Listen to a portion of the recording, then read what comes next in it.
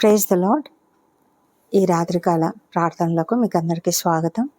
ఈ దినం దేవుడు మనతో గొప్పగా మాట్లాడుతున్నాడు. ఏంటంటే, నువ్వెంత భారమైన హృదయంతో ఉన్నా, ఎంతటి చిక్కు సమస్యల్లో ఉన్నా దేవుడు నీతో మాట్లాడుతూ ఉన్నాడు. ఏమని అంటున్నాడంటే, నాకు మొరపెట్టుము, నేను నీకు ఉత్తరం ఇస్తాను. నీవు గ్రహించలేని గూఢమైన సంగతులను నీకు తెలియజేస్తాను అని చెప్తూ ఉన్నాడు. మనుషులు జవాబు ఇవ్వలేని ప్రశ్నలకు, పరిస్థితులు పరిష్కారం చూపలేని సమస్యలకు దేవుడు తన సమాధానాన్ని సిద్ధం చేసి ఉంచాడు. ఈ రాత్రి విశ్వాసంతో పాల్గొనండి. దేవుడు నీ జీవితంలో అద్భుతమైన కార్యాన్ని ప్రారంభిస్తాడు. మనకు సమస్యలు వచ్చినప్పుడు చాలామందిని ఆశ్రయిస్తాము, కానీ దేవుడు ముందుగా తన దగ్గరకు రావాలని పిలుస్తున్నాడు. చాలాసార్లు మనం అంతే కదండి చేస్తాము. మనకి ఏదైనా సమస్యలు రాగానే ఆ సమస్యకు ఎవరు పరిష్కారం చూపిస్తారా, ఎవరు మనకు జవాబు ఇవ్వగలుగుతారా, ఎవరు మనకు ఆ పరిస్థితులకు తగినట్లుగా స్పందిస్తారా అని మనం ఆలోచించి ప్రతి ఒక్కరికి ఫోన్లు చేయడం, లేకపోతే ఇంటికి వెళ్ళి మాట్లాడడం, వాళ్ళ దగ్గరికి వెళ్ళి మాట్లాడడం చేస్తూ ఉంటాం కదా. అయితే దేవుడు ఏం చెప్తున్నా అంటే, మీరు మనుషుల దగ్గరికి కాదు వెళ్ళవలసింది, ముందుగా నా దగ్గరికి రండి అని చెప్తూ ఉన్నాడు.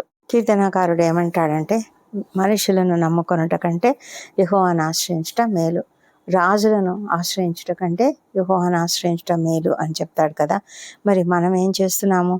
మనుషుల దగ్గరికి వెళ్తున్నామా, దేవుని దగ్గరికి వెళ్తున్నామా? దేవుడు ఏమంటున్నాడంటే, నాకు మొరపెట్టండి, నేను మీకు ఉత్తరం ఇస్తాను, మీరు గ్రహించలేని గూఢమైన సంగతులను మీకు తెలియజేస్తాను అని చెప్తున్నాడు. ఇర్మీయా గ్రంథం 33:3 మరి ఇది కేవలం ఒక ఆజ్ఞ మాత్రమే కాదు, ప్రేమతో కూడిన ఆహ్వానం.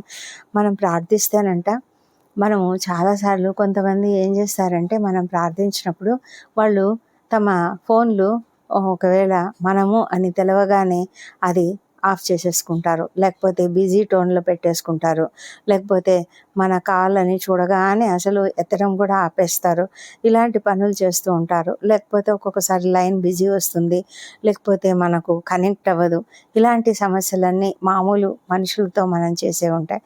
కానీ దేవుని దగ్గర ఏముంటుంది తెలుసా? దేవుని దగ్గర ఏ బిజీ లైన్ రాదు. ఆయన ఫోను ఎప్పుడు కూడా ఎంతో అలర్ట్గా ఉంటుంది. ఆయన ఫోన్ ఎప్పుడూ సిద్ధంగా ఉంటుంది. ఆయన మన ఫోన్ ఎత్తడానికి సిద్ధంగా ఉంటాడు. అంటే నువ్వు ప్రార్థన చెయ్యగానే వినడానికి సిద్ధంగా ఉంటాడు. నీ ప్రార్థన వెంటనే వెళ్తుంది, ఏమాత్రం ఆలస్యం కాదు. అందుకే మనము ఏ సమయంలోనైనా, మధ్యరాత్రిలో మన ఫ్రెండ్స్ కాల్ చేస్తే నిద్రపోతూ ఉంటారు, కానీ మన దేవుడు కొనకడు, నిద్రపోడు. ఆయన ఎల్లప్పుడూ సిద్ధంగా ఉండి మనకు ఆన్సర్ ఇస్తాడు. అందుకే మనము దేవుని పైన మాత్రమే మొదట ఆధారపడాలి. ఎంత అర్ధరాత్రి అయినా సరే, ఎంత తెల్లవారుజామునైనా సరే, ఎప్పుడైనా సరే, మిట్ట మధ్యాహ్నమైనా, ఏ సమయమైనా సరే ఆయన మనకు సిద్ధంగా ఉండి జవాబు ఇవ్వడానికి రెడీగా ఉంటాడు. ప్రార్థన అనేది దేవుని హృదయాన్ని కదిలించే శక్తి. మనం మౌనంగా ఏడ్చే కన్నీళ్లు కూడా ఆయనకు కనిపిస్తాయి, వినిపిస్తాయి.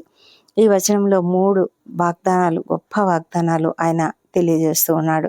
ఏంటంటే, ప్రార్థించు అనేది ఒక ఆజ్ఞ లేదా ఒక ఆహ్వానం.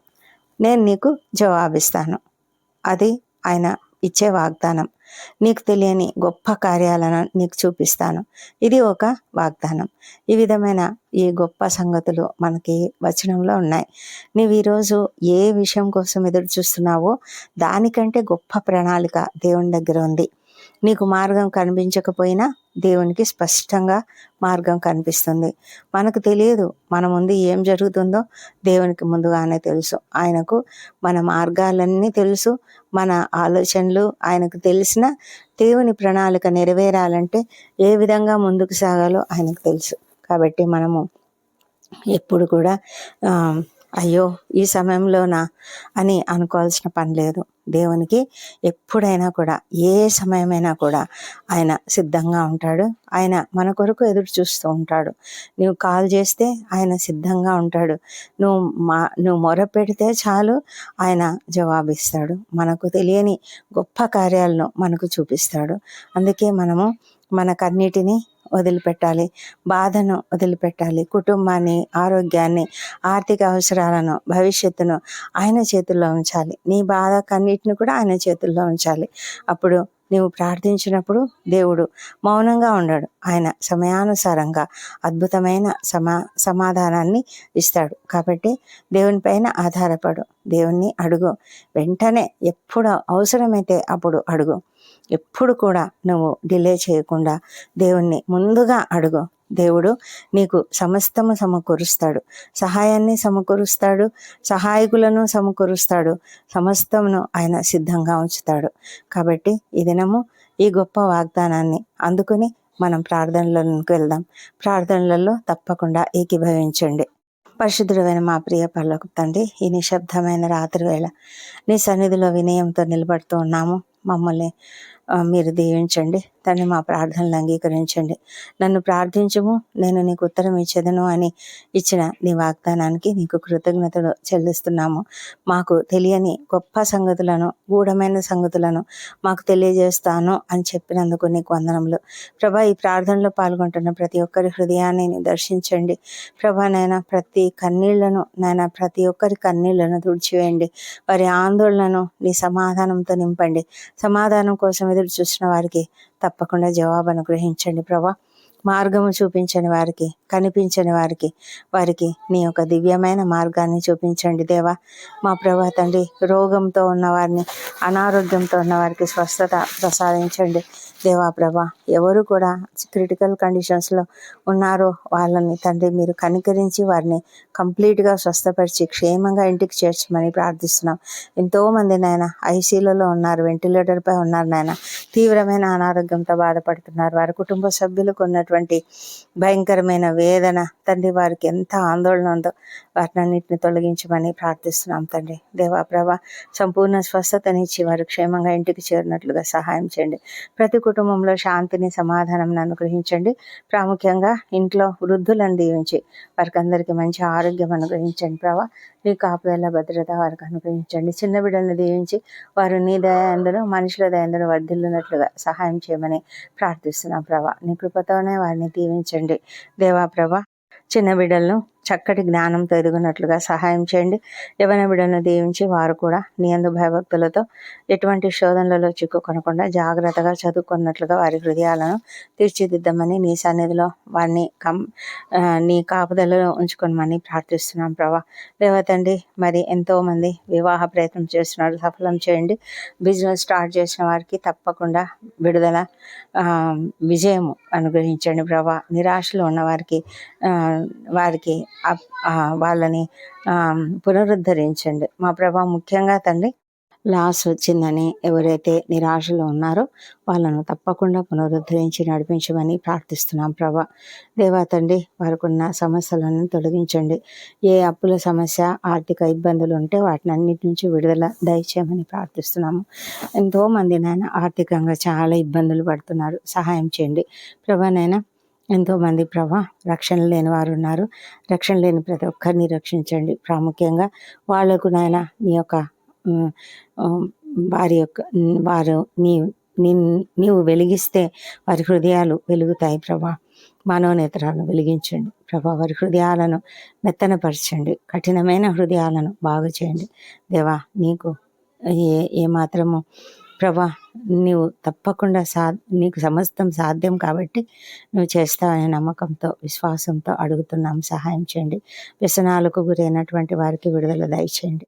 ఉద్యోగాల కొరకు ఎదురు చూసిన వారికి మంచి ఉద్యోగాలు అనుగ్రహించండి ప్రభా. సమృద్ధిని అనుగ్రహించండి. ప్రతి కుటుంబంలో సమృద్ధిని అనుగ్రహించండి. కలతలు ఉన్న ఇంట్లో నాయన ఆ కలతలు తీసివేయమని ప్రార్థిస్తున్నాం. తన నిరాశలో ఉన్న వారికి కొత్త నిరీక్షణ అనుగ్రహించండి మా ప్రభా. మరి రాత్రి వేళ డ్యూటీలు చేసిన ప్రతి ఒక్కరిని దీవించి వారిని క్షేమంగా చక్కగా చేయనట్లుగా, ఓపికతో సహనంతో పని చేయనట్లుగా, అప్రమత్తతతో ఉండనట్లుగా సహాయం చేయమని వేడుకొంచున్నాము. ఎవరైతే నేను రాత్రి వేళ ప్రయాణాలు చేస్తున్నారో వాళ్ళని క్షేమంగా గమ్యస్థానం చేర్చమని ప్రార్థిస్తున్నాము తండ్రి. ఎంతోమంది నిద్రలేమితో బాధపడుతున్నారు, వారిని కనికరించి ఏ కారణం చేత వారికి నిద్ర పట్టడం లేదో, ఏ సమస్యలు వారి హృదయంలో ఉన్నాయో వాటిని తొలగించి సంపూర్ణంగానైనా వారికి నెమ్మదిని అనుగ్రహించమని, నెమ్మది అయిన నిద్రను వారికి అనుగ్రహించమని ప్రార్థిస్తున్నాం తండ్రి. మా ప్రభా తండ్రి, క కష్టాలలో, ఇరుకులలో, ఇబ్బందుల్లో ఉన్న ఒంటరి తల్లులు, ఒంటరి మహిళలు, మరి వృద్ధులు, చిన్నారులు, అనారోగ్యంతో ఉన్నవారు, మరి నిరాశ్రయులుగా ఉన్నవారు ఎంతోమంది ఉన్నారు నాయన. వాళ్ళకు సహాయం చేసి నడిపించమని ప్రార్థిస్తున్నాం తండ్రి. ఈ రాత్రి మాకు మంచి నిద్రను అనుగ్రహించండి. పగలంతా మాకు తోడుగా ఉండి మా పనులన్నింటినీ జయప్రదంగా జరిగించి ప్రభా, మేము నీ సన్నిధిలో నాయన నీకు విధేయతగా ఈ రాత్రి సమయంలో ప్రార్థించడానికి ఇచ్చిన కృపను బట్టి వందనములు. పగలంతా మమ్మల్ని ఎంతగానో తండ్రి మీరు మంచి స్థితిలోకి తీసుకువచ్చారు. మా పనులన్నీ జయప్రదం చేశారు. మా మాటలు, తలంపులన్నీ కూడా నీకు అనుకూలంగా ఉండున్నట్లుగా చేసినందుకు వందనములు. మా తండ్రి, రేపటి దినాన మేము చేయాల్సిన పనులన్నీ కూడా నీ చేతులకు అప్పగించుకుంటూ తండ్రి, ప్రతి పనిని కూడా జయప్రదం చేయమని వేడుకొంచున్నాం. మా ప్రభు, ఈ రాత్రి ప్రతి ఇంట్లో సమాధానము, శాంతి, రక్షణ అనుగ్రహించండి. మేము నిద్రిస్తుండగా ఆదమర్చి నిద్రిస్తున్నప్పుడు ఎలాంటి ఆకస్మిక ప్రమాదములు కానీ, అనారోగ్యములు కానీ కలగకుండా కాపాడండి తండ్రి. మా ప్రభానైనా నీ కాపుదల మాకందరికీ దయచేయమని ప్రార్థిస్తున్నాము. మంచి నిద్రతో, రెస్ట్తో మమ్మల్ని దీవించి ఉదయకాలం సజీవులుగా, ఆరోగ్యంగా లేచి నిన్ను స్తుతించి ఆ తర్వాత మా పనులకు వెళ్ళడానికి కృప దయచేయమని మా ప్రభువైన యేసుక్రీస్తు ద్వారా వేడుకొంచున్నాం తండ్రి. Amen, amen. ప్రియమైన వారులారా, ఈ ప్రార్థన మీకు ఆశీర్వాదకరంగా ఉన్నట్లయితే తప్పక ఆమెన్ అని కామెంట్ చేయండి. ఈ సందేశాన్ని మీ కుటుంబ సభ్యులకు, స్నేహితులకు పంచి వారిని కూడా ఆశీర్వదించండి. ప్రతిరోజు ఉదయము మరియు రాత్రి దేవుని వాక్యంతో, ప్రార్థనతో బలపడేందుకు మా ఛానల్ను సబ్స్క్రైబ్ చేయండి. నోటిఫికేషన్ బెల్ ఆన్ చేయండి. దేవుడు మీ ప్రార్థనలకు తప్పక జవాబిస్తాడు. విశ్వాసంతో ఆయనను పిలుస్తూ ఉండండి. దేవుని సమాధానం మీ జీవితంలో కలుగునుగాక. Amen, amen.